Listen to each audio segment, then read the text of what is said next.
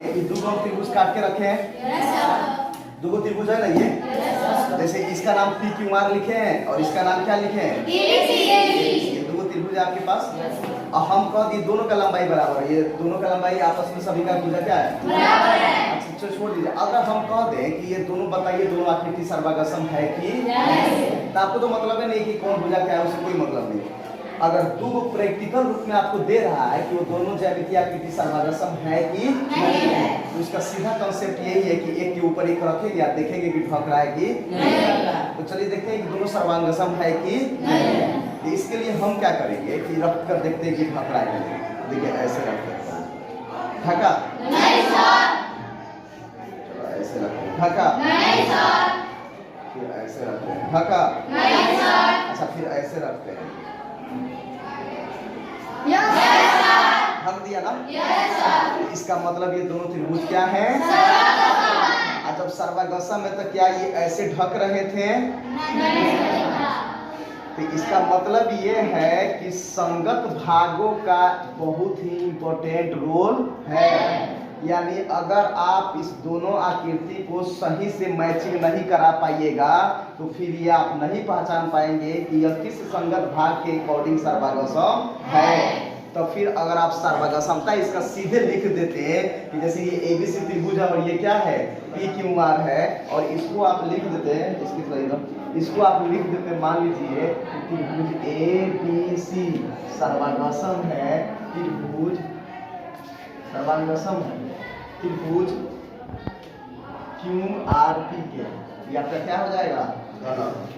क्या हो जाएगा, क्यों गलत हो जाएगा, तो यहाँ गौर से देखिए इस फोटो को, जब आपने इसको ऐसे रखा था तो ये ढका था एक दूसरे को, तो देखिए ए पर कौन आ रहा है, बी, और बी पर कौन आ रहा है, और सी पर कौन आ रहा है। इसका मतलब ये हुआ कि इसको जब भी आप नाम लिखिएगा, तो अगर आप यहाँ पे लिखे त्रिभुज ए बी सी, पहले लिख दिए तो लिखेंगे सर्वांगसम, सर्वांगसम, सर्वांगसम, तो ए के सामने कौन है यहाँ पे, तो आपको यहाँ पहले क्या लिखना पड़ेगा, बी के पास कौन गया था, एक दूसरे को किसके साथ ढका था, तो बी को हम लिख देंगे यहाँ पे क्यों, और सी किसके साथ था, लिख देंगे अब ये सही हुआ, अब ये क्या हुआ, सही हुआ। फिर कोई क्वेश्चन ये भी कर सकता है कि सर आप बताइए, अगर त्रिभुज एबीसी को हम चाहें तो ये भी नाम तो लिख सकते हैं, BCA, बिल्कुल लिख सकते हैं, ये भी नाम आप क्या कर सकते हैं। आज जब आप यहाँ सर्वांगसम लगाइएगा तब आपको ये ध्यान देना होगा कि बी किसके साथ था, क्यू के साथ। ये जो शीर्ष हमारा बी था वो किसके साथ, क्यू, तो यहाँ पर पहले हम क्या लिखेंगे, क्यू, और सी किसके साथ था, यहाँ पर क्या लिखेंगे, और ए किसके साथ था, क्या लिखेंगे, पी। समझ रहे हैं हम क्या कह रहे हैं। इसका मतलब ये त्रिभुज सर्वागसम तो है, लेकिन इस तरीका से सर्वागसम है, इस तरीका से सर्वांगसम नहीं है। समझ में आ रहा हम क्या कह रहे हैं। तो सर्वांगसम की संगत भागों की पहचान ये होगा कि जिस शीर्ष ने जिस शीर्ष को ढक दिया उस शीर्ष का वह शीर्ष संगत कहलाएगा। ये दोनों फोटो के अनुसार अगर हम आपको कह दें, किसके अनुसार, दोनों फोटो के अनुसार इसका संगत शीर्ष, संगत भुजा और संगत कोण बताइए, तो हम लिखेंगे संगत शीर्ष। क्या लिखेंगे, संगत शीर्ष। तो संगत शीर्ष में क्या लिखेंगे, तो ए का संगत शीर्ष कौन होगा, ये ना होगा जी, अच्छा बी का संगत शीर्ष क्यू, और सी का, अब भुजा की बात आते हैं, किसका, संगत भुजा, संगत भुजा। तो संगत भुजा की बात हम करेंगे तो AB भुजा का संगत कौन होगा, देखिए AB है, PQ कौन होगा, PQ। अच्छा BC का दिख रहा है आपको, BC QR। अच्छा फिर AC का,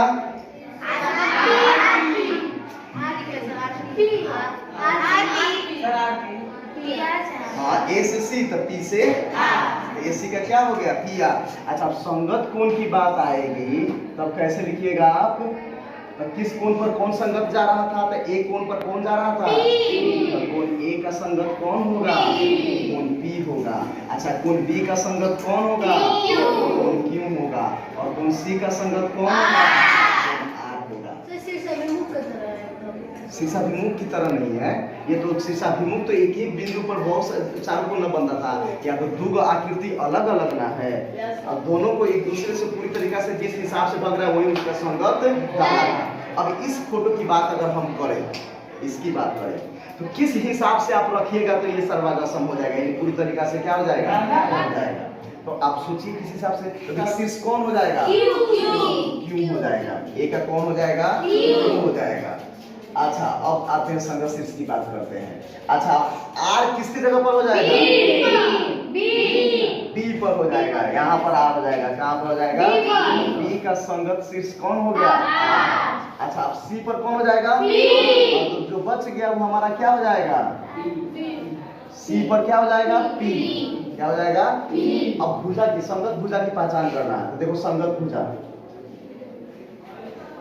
ये तो आपका फोटो वाला था, ये वाला कौन था? ये इसका वाला था। तो देखिए संगत भुजा, अब पहचान बताइए संगत भुजा का, बताइए। ए बी का संगत भुजा कौन होगा? कौन होगा? तो ए बी का संगत क्या हो गया? अच्छा यहाँ से भी क्लियर हो जा रहा है। देखिए ए का संगत क्यू और बी का संगत आर, ए बी तो क्यू आर। अब उसी तरह चलिए देखते हैं बी सी का संगत क्या हो जाएगा? R P. अच्छा अब चलिए सी ए का संगत क्या हो जाएगा? सी ए का संगत इस भुजा का संगत है, ई वाला ना होगा। सी का क्या होता है? ए का, तो सी ए का क्या हो गया? P Q. अब आते हैं संगत कोण की बारी आता है। संगत कोण इसमें, तो संगत कोण में आते हैं। तो संगत कोण, कोण ए का संगत कोण कौन हो जाएगा? कौन कौन होगा? तो सब नहीं बोल रहे हो, नहीं समझ में आ रहा है क्या? कोण क्यू। अच्छा कोण बी का संगत हो गया। अच्छा कोण सी का संगत? ये संगत समझ में आ रहा है? यानी जिसको पूरी तरीका से ढक दे वही उसका क्या होता है? संगत होता है। ये संगत शीर्ष, संगत भुजा और संगत कोण, इसको बढ़िया से समझ लीजिएगा। अब देखिए इसमें मेन बात क्या है, अब हम आपको समझा रहे हैं। लाइए तो भाई, जैसे इसी सर्वांगसम है त्रिभुज आर क्यू पी के, ऐसे कोई दे दे आपको कि त्रिभुज एबीसी सर्वांगसम है त्रिभुज आर क्यू पी, ध्यान रखिएगा इसमें क्या कंसेप्ट है। ये जब लिखा रहता है ना, ये संगत के अनुसार ही लिखा रहता है। इसके अनुसार, तो अगर मैं आपसे ये कहूँ कि इसमें से आप संगत शीर्ष, संगत भुजा, संगत कोण छांटिए, कौन किसके संगत है, आप कैसे छांटिएगा? तो ध्यान दीजिएगा, पहले हम संगत शीर्ष छांट लेते हैं, ठीक है? शीर्ष इधर से होता है, हो गया? तो देखिए यहाँ पे पहले ए लिखा है, तो यहाँ पे पहले क्या लिखा है? तो ए का संगत शीर्ष क्या हो गया? अच्छा यहाँ पे क्या लिखा है? तो यहाँ पे लिखा है क्या? क्यों? तो बी का संगत फिर यहाँ क्या लिखा है? तो यहाँ पे क्या लिखा है? सी का संगत। अब आते हैं संगत भुजा की बात करते हैं। इसकी तो संगत भुजा, तो संगत भुजा तो यहाँ दो भुजा दो बिंदु से बनता है ना, तो यहाँ दो ले लेंगे। ये देखिए ये क्या हो गया? A B. तो उधर भी फर्स्ट और सेकंड देखिए, ए बी का संगत हो गया आर क्यू। अब चलते हैं दूसरा का, तीसरा का ले लेते हैं बी सी। तो यहाँ क्या ले लेंगे? बी सी का संगत हो गया क्यू पी। अब देखिए क्या करते हैं, तीसरा का और फर्स्ट ले लेते हैं, तो क्या हो जाएगा? सी ए। सी ए का संगत कौन हो जाएगा? पी आर, यानी पी आर। अब आते हैं संगत कोण की बात करते हैं। इसकी संगत कोण की, तो कोण ए का संगत कौन है? कोण ए का संगत हो गया आर। अच्छा कोण बी का संगत क्या है? कोण क्यू हो गया। और कोण सी का संगत ये समझ में आ रहा है? अच्छा कितना आदमी फिर ये क्वेश्चन करेगा कि क्या अब इसी सर्वांगसम दोनों त्रिभुज को क्या हम ऐसे नहीं लिख सकते हैं? तो देखिए पहले वो बीसीए कर दिया था, आपको कुछ नहीं सोचना है।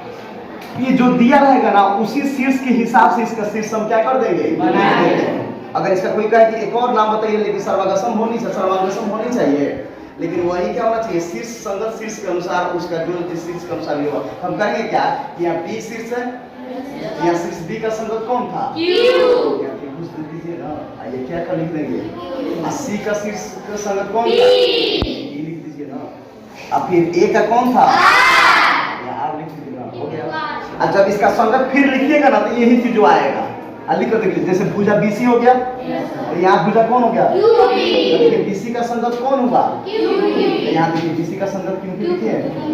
फिर देखिए सीए का संगत पिया, सीए का संगत पिया, या देखिए सीए का संगत पिया। तो अगर आप संगत के हिसाब से कितना बार लिख दीजिए तो वो उसी के सर्वांगसम होता है। लेकिन अगर इसी को अगर हम कह दें कि त्रिभुज ए बी सी सर्वांगसम त्रिभुज पी क्यू आर, तब ये क्या हो जाएगा आपका,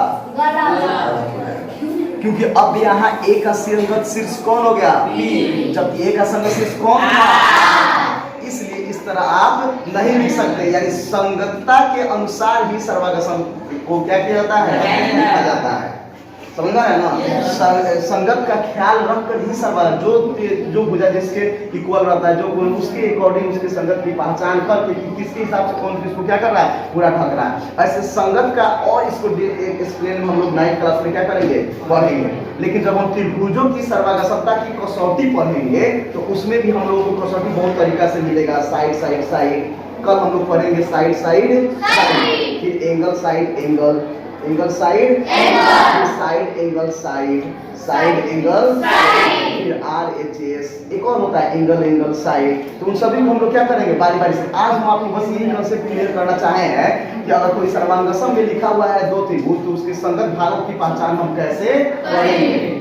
तो उसके आप नाम से भी पहचान क्या कर सकते हैं, फिर उसको अगर दूसरे तरीका से लिखना है तो वैसे भी हम लिख सकते हैं। कितना टाइम हम ABC नहीं लिखेंगे, हम कहेंगे एक त्रिभुज, ये अगर त्रिभुज ABC है, इसका कोई नाम त्रिभुज ABC भी लिख सकता है, त्रिभुज BCA भी लिख सकता है, त्रिभुज ACB भी लिख सकता है, नहीं लिख सकता है। कोई कहेगा हम ABC कहेंगे, कोई कहेगा BCA कहेंगे, कोई कहेगा ACB कहेंगे, आप कुछ भी कह सकते हैं इसका नाम। लेकिन जब आप ई नाम अगर लिख रहे हैं, एक को बाद में ला रहे हैं, एक को पहले ला रहे हैं, उसी शीर्ष के हिसाब से जो दूसरा का सर्वांगसम हुआ है, जिसके हिसाब से वो सर्वांगसम हुआ है, जिस शीर्ष के अकॉर्डिंग, उसी शीर्ष के अनुसार इसका भी हम लोग वैल्यू को उधर को रैंक का स्थान क्या करेंगे, चेंज करेंगे। समझा है ना। ये नहीं कि बस ये सुंदर लग रहा है ABC और उधर भी PQR, ABC और उधर PQR लिख दिए तो क्या हो जाएगा। यानी सर्वांगसम लिखने के लिए आपको संगत भागों की पहचान होना जरूरी है। जो जिसके संगत होंगे उसी के हिसाब से उनका नाम क्या किया जाएगा, लिखा जाएगा। समझा है ना। तो ये आपसे हो जाएगा। अगर हम 2 त्रिभुज सर्वांगसम में लिख कर रखते हैं कि संगत भागों की पहचान कीजिए, तो पहचान कर लीजिए। तो क्वेश्चन पूछ ले संगत भागों पर, कैसे संगत भाग पहचानिएगा।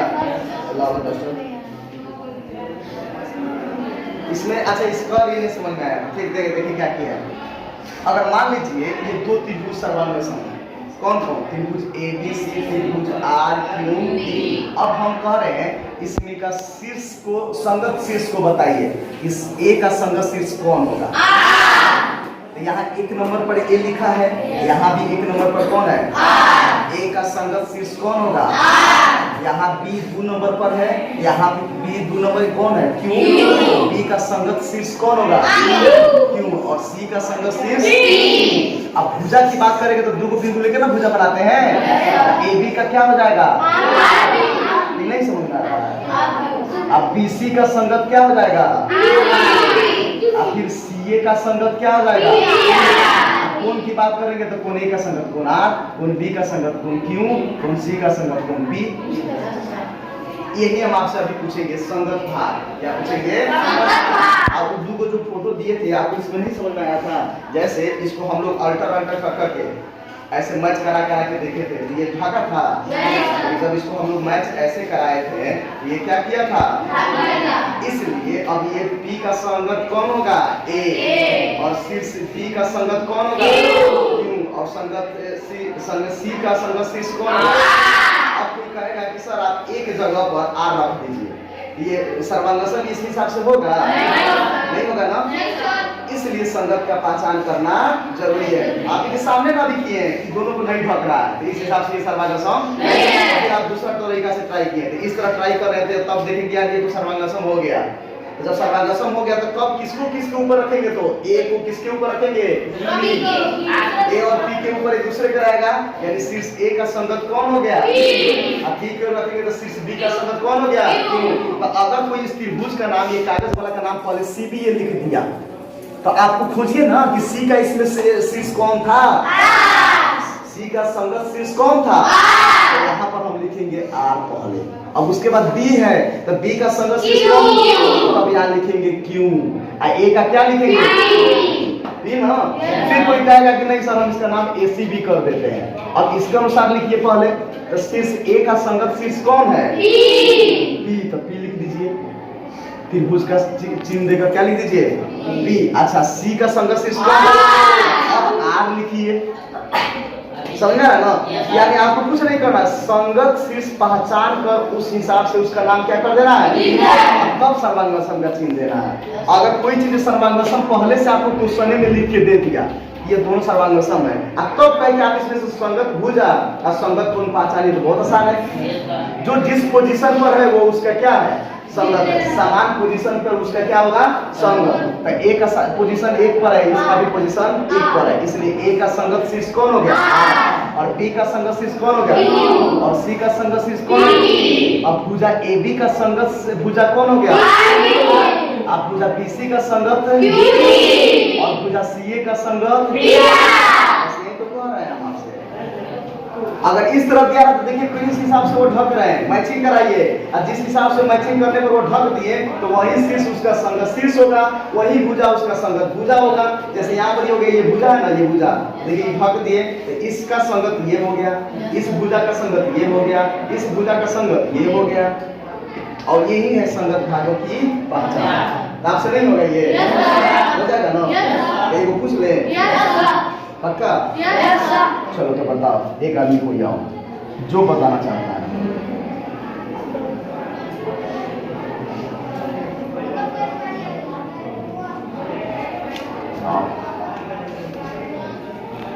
संगत तीनों चीज बताइए, पहले बताइए संगत शीर्ष कौन कौन होगा, नहीं सीधा बताइए ना संगत शीर्ष कौन।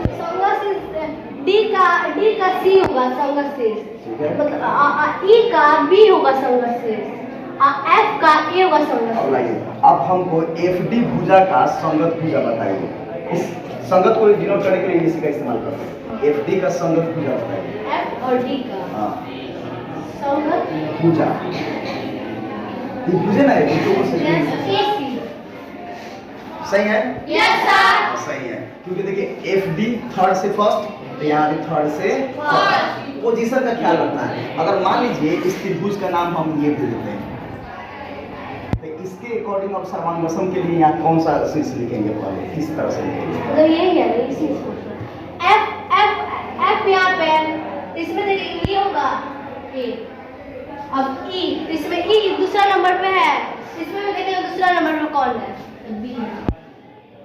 अब इसके बाद डी देखेंगे, डी पहला नंबर पे है, इसमें देखिए पहला नंबर पे क्या है, सी है। आया त्रिभुज का साइन देंगे ना, हाँ यहाँ पर उसको समझ में आया ये, यस सर, सर्वांगसम हम नहीं पहचान लीजिएगा, यस सर, पहचान लीजिएगा ना, यस सर, चलिए ठीक है।